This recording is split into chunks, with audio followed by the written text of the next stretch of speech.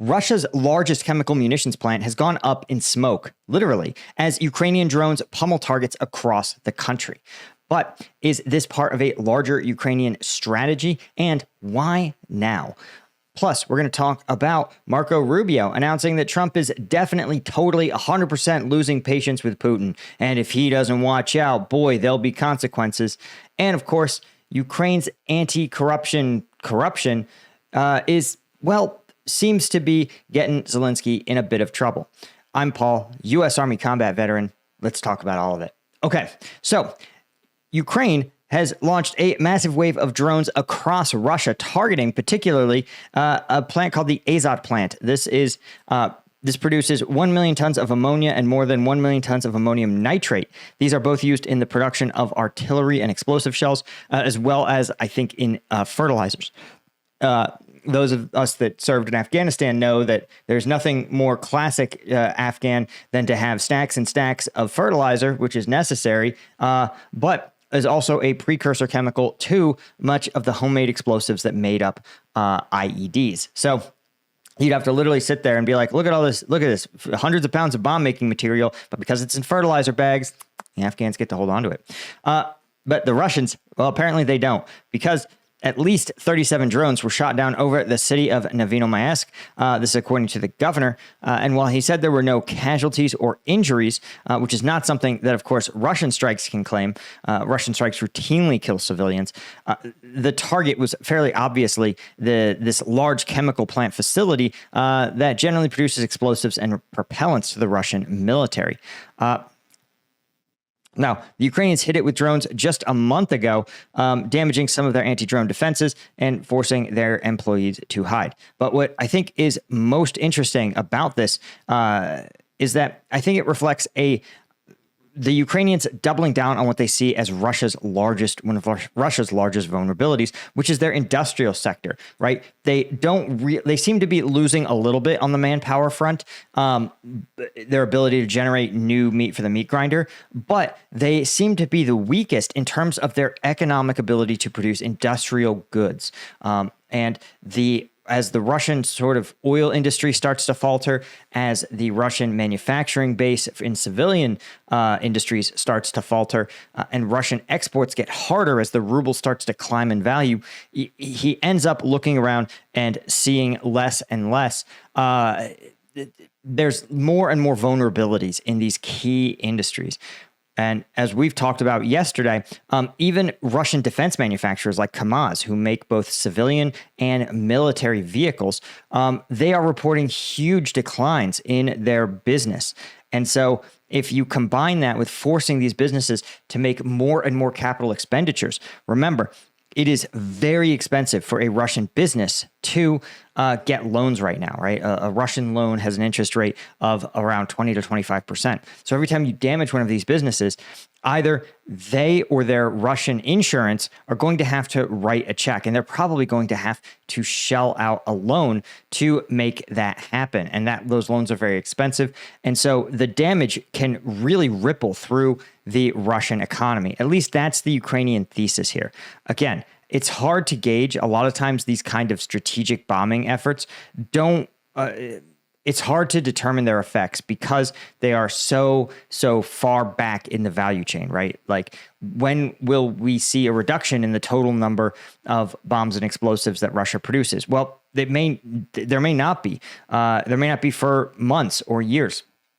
Right? It may even not, Russia may maintain its production levels, but have to divert resources that otherwise would have gone to purchasing more drones or training troops better. And so it's very difficult to really tease out the reality of this kind of strategic action. But it's a little bit like an alcoholic, right? Some alcoholics drink so much that they literally die of alcohol poisoning, but most of them, somewhere deep in the system, years or months down the line, that alcohol damages them. It increases their likelihood of cancer or heart disease. damages their liver, making them more likely to develop cirrhosis, makes them more prone to infections and diseases. All of these things, right, they tend to bubble up. And that's kind of the idea with these strategic strikes. It's, again, like serving an alcoholic drink after drink. Yeah, you might get lucky and they might wrap their car around a pole that night, but they're much more likely to have shortened lifespan, lower quality of life. And when it's not a person, it's a war machine like Vladimir Putin's, you want to see them go the way of, well, the average Russian man.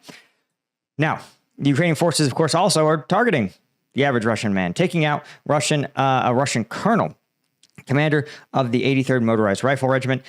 This is likely... this is actually taking out a commander who was leading assault operations in the Veliki Burlak area. And the Russians, of course, not commenting, which means they likely were completely successful in taking him out. The interesting part is, again, that this guy was leading troops, right? That is the real interesting story here. And this is something that we've heard for a long time, that Russian senior officers have an extremely personal command over their troops.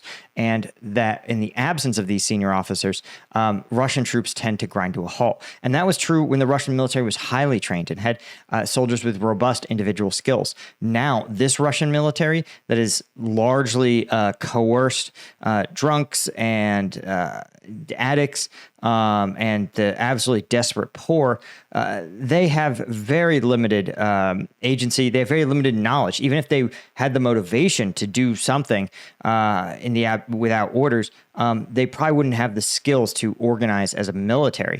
And so taking out these kind of colonels is, again, sort of like the personnel version of bombing these chemical plants. And the reason I say that is because it's the same effect, right? This colonel, undoubtedly, there is a deputy. That deputy is going to step up and fulfill his role.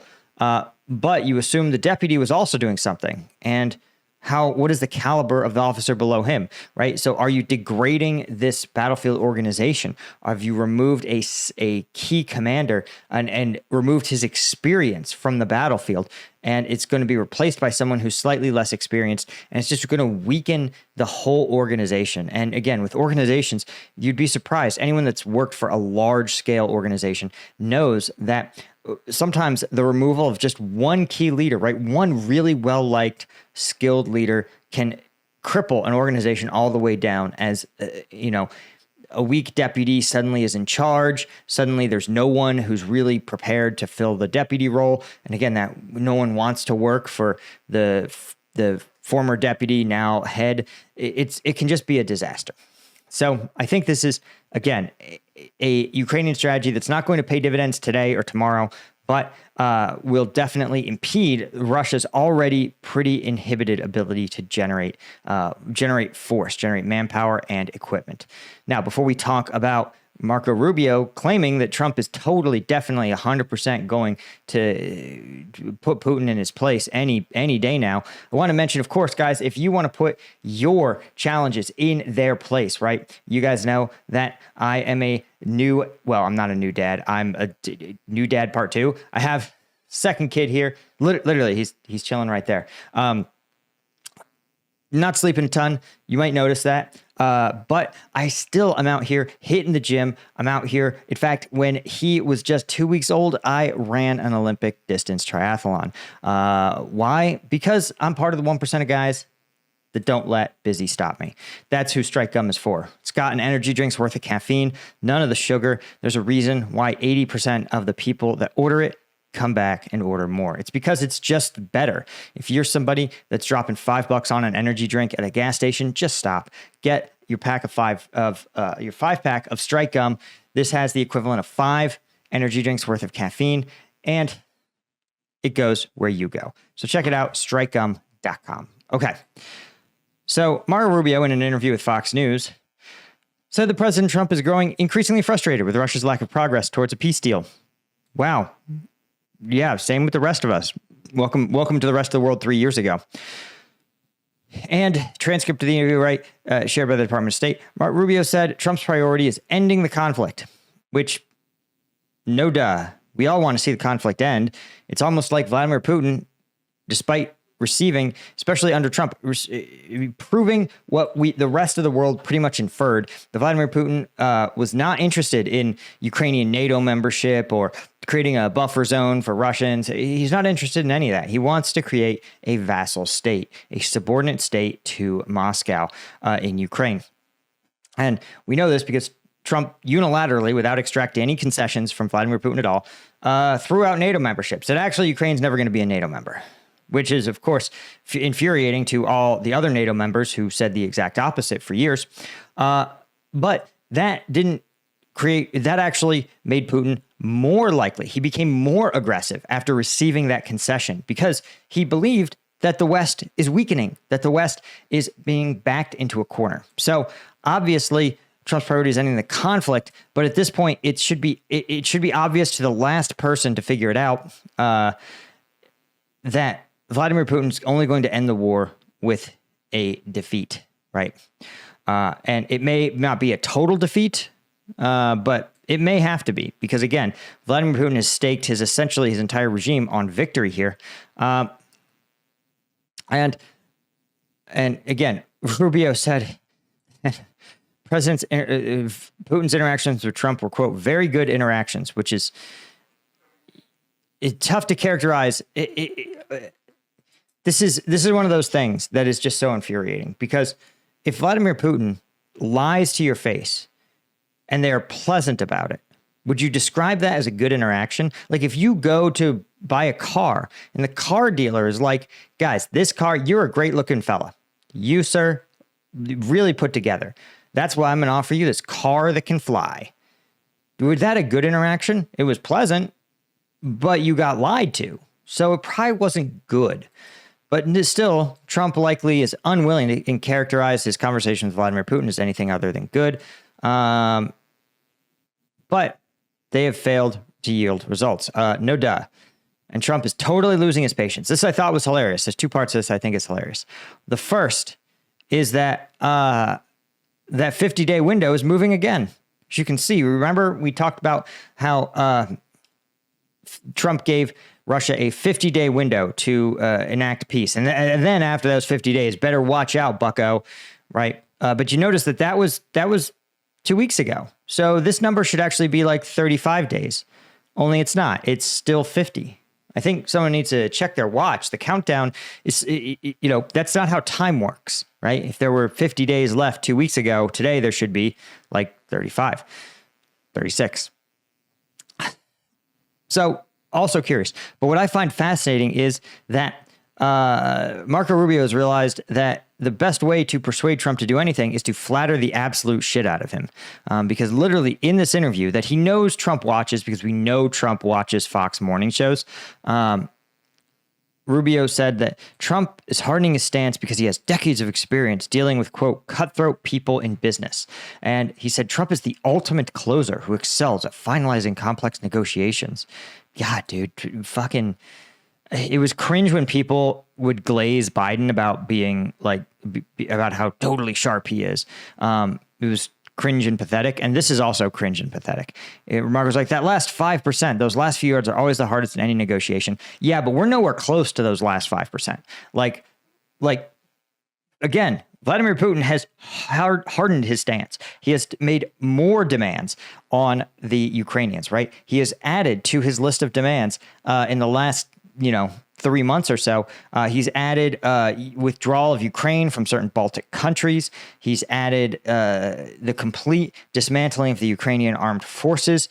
He's added Sumy Oblast to his list of regions he wants to annex. He's added the withdrawal of Ukrainian forces from even more contested territories. So this is like comically...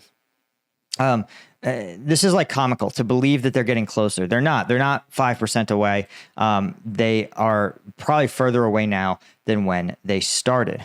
And again, the only part that I thought was really interesting and as we've talked about on this channel, Marco Rubio, despite being at times an unbelievably cringe politician, seems to be someone who, again, gets his information from real, actual sources, right? He actually seems to trust State Department analysts, the CIA, the intelligence community, whereas Trump trusts whatever he reads on Twitter.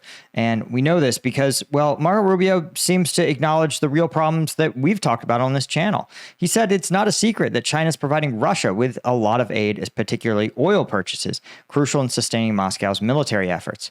Again, he said everybody knows it's not a secret that China's giving Russia as much aid as they can get away with without being discovered.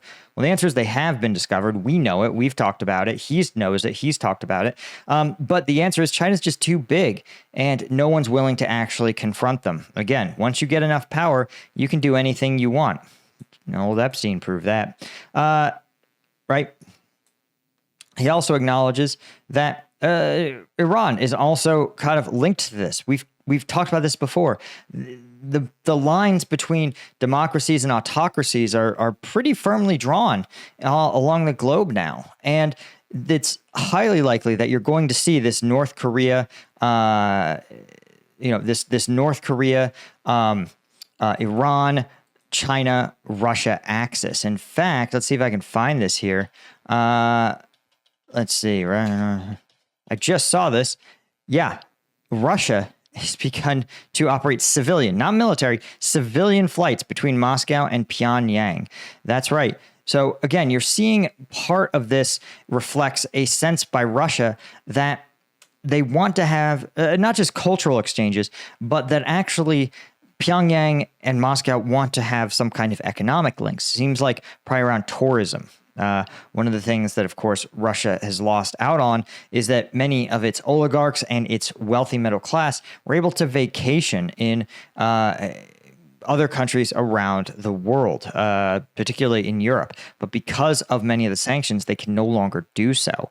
And so as a result, Russia has needed to find places that where they can both manufacture and import consumer goods that are cheaper than Russia, which, again, it's kind of a tall order at baseline, but also places for their citizens to go. And North Korea wants to get any kind of industry that's going to make them money. And so what you're seeing is that actually there's been a North Korean, not just people-to-people exchanges, what they call, but Russian tourists were actually allowed to visit North Korea, particularly in this North Korean water park. I'm not making this up.